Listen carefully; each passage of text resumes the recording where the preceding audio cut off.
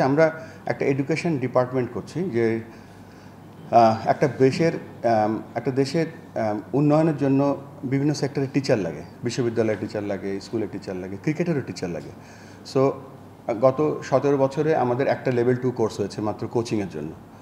আমাদের যে বিভাগীয় কোচরা আছে 64টা জেলায় 64টা কোচ আছে, তারপর বিভাগীয় কোচ আছে, তাদের কোয়ালিফিকেশনটা কী, তাদের কোয়ালিফিকেশন কীভাবে আপগ্রেড করতে হবে, ওই উপজেলায় ট্যালেন্ট খোঁজার জন্য তাদের এই কারেন্ট কোয়ালিফিকেশনের সাথে আর কি অ্যাড করা যায়, এজন্য আমরা কোচিং একটা এডুকেশন সিস্টেম করব। আমাদের টার্ফ ম্যানেজমেন্টের জন্য একটা টার্ফ ম্যানেজমেন্ট উইং করব। বাংলাদেশে এখন যে পরিমাণ মাঠের ডিম্যান্ড, আমি যে গত 7টা বিভাগের মধ্যে 6টা বিভাগে আমি গিয়েছি এবং আমি দেখতে পেয়েছি যে কী পরিমাণ দরকার আমাদের মাঠের, এবং মাঠের দরকার হতে হলে আপনার কোয়ালিফাইড কিউরেটর লাগবে, কোয়ালিফাইড লোক লাগবে যারা নাকি মাঠগুলো পরিচর্যা করতে পারবে, আপগ্রেড করতে পারবে, মাটির ধরন বুঝতে পারবে, তারপরে ধরেন অফ সিজনে কীভাবে মাঠটা ধরে রাখতে হয়। এই জন্য আমরা টার্ফ ম্যানেজমেন্ট উইং বানাচ্ছি। সেই টার্ফ ম্যানেজমেন্ট উইং একটা ইন্টারন্যাশনাল কোম্পানির মাধ্যমে করব যারা নাকি এই কাজগুলো করবে, আর যিনি আমাদের পরবর্তীতে একজন চিফ কিউরেটর বা হেড অফ গ্রাউন্ডস যিনি আসবেন তিনি হয়তো এডুকেশনটা দেখবেন। আর মিঠু ভাই আবারও হয়তো অ্যাড করবে, আমরা আরেকটা বড় কাজ করতে যাচ্ছি, সেটা হচ্ছে আম্পায়ার্স এডুকেশন। সেটা আমি আসবো আবার। সো টোটাল আমাদের এডুকেশন একটা উইং থাকবে, আমাদের যে অর্গানোগ্রাম করছি এর মধ্যে turf management wing, coaching wing এবং umpiring wing. Umpire is a very important pillar.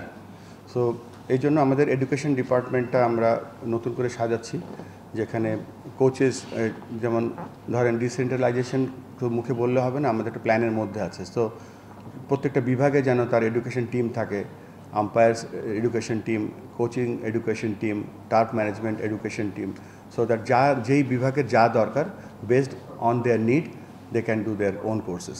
আমি একটা জিনিস বলতে ভুলে গিয়েছিলাম, যেটা এর আগে ছিল, স্ট্রেনথেন যে আমাদের অর্গানাইজেশন, তার প্রথম যে কাজটা করেছি আমরা সেটা হচ্ছে যে আমরা কানেক্ট অ্যান্ড গ্রো যে প্রোগ্রামটা, তার আন্ডারে আমরা 25 বছরের টেস্ট পূর্তি পালন করলাম। এবং এর একটা অংশ ছিল, আমরা তো শুধুমাত্র টেস্ট 25 বছরের টেস্টের আলোচনা আমরা 20 যেটা সিলভার জুবিলি উদযাপন করলাম, বাট উদযাপনের মাধ্যমে আমরা আমাদের ট্রিপল সেঞ্চুরি একটা প্রোগ্রাম হচ্ছে কানেক্ট অ্যান্ড গ্রো। সো ওটার নামমাত্র গিয়ে আমরা সমস্ত বাংলাদেশের যে 7টা বিভাগ আছে, 7টা বিভাগে কিন্তু আমরা সেখানে এই যে আমাদের যে ডিসেন্ট্রালাইজেশনের যে লঞ্চ প্যাড, এটা সফট লঞ্চ প্যাড নিয়ে গিয়েছি। এবং সেখানে আমরা যে কাজটা করেছি যে আমরা ভিজিবিলিটি টেস্ট করেছি, যে সেখানকার বিভাগীয় কমিশনার, ডিস্ট্রিক্ট কমিশনার, তারপর যারা সরকারি কর্মকর্তা আছে, জেলা ক্রীড়া সংস্থা, তাদের সাথে আমরা ইনিশিয়াল একটা বৈঠক করেছি যে কীভাবে আমরা ডিসেন্ট্রালাইজেশনটা করতে পারি।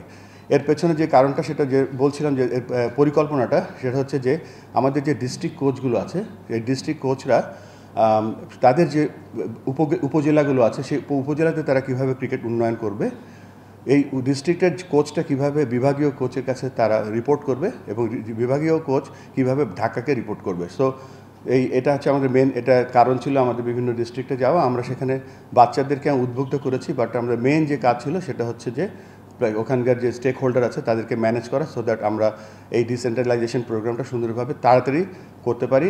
আর কিছু জিনিস দেখেছি, যেখানে ফেসিলিটি দেখেছি, প্লেয়ারদের কান্না শুনেছি, যে প্লেয়ার যখন কাঁদে এবং বলে যে 14 বছর ক্রিকেট খেলা হয় না তার ওখানে, তার 20 বছর তার ক্রিকেট খেলা হয় না, আমি অ্যাজ এ ক্রিকেটার আমার কাছে মনে হচ্ছে যে এটা অবিচার। সো এইগুলো আপনারা এই যে কাজটা করছেন, আপনাদেরও উচিত ছিল যে বাংলাদেশ ক্রিকেট বোর্ডকে জিজ্ঞেস করে যে কেন 14 বছর খেলা হয় না, 20 বছর খেলা হয় না। সো প্লেয়ারের কান্নাও শুনতে হয়েছে। সো এই কথাগুলো বলার কারণ হচ্ছে যে আমরা ডিসেন্ট্রালাইজেশন করছি এবং সেই কাজটা করার প্রথম ধাপ অত্যন্ত সফলভাবে আমরা পালন করতে পেরেছি।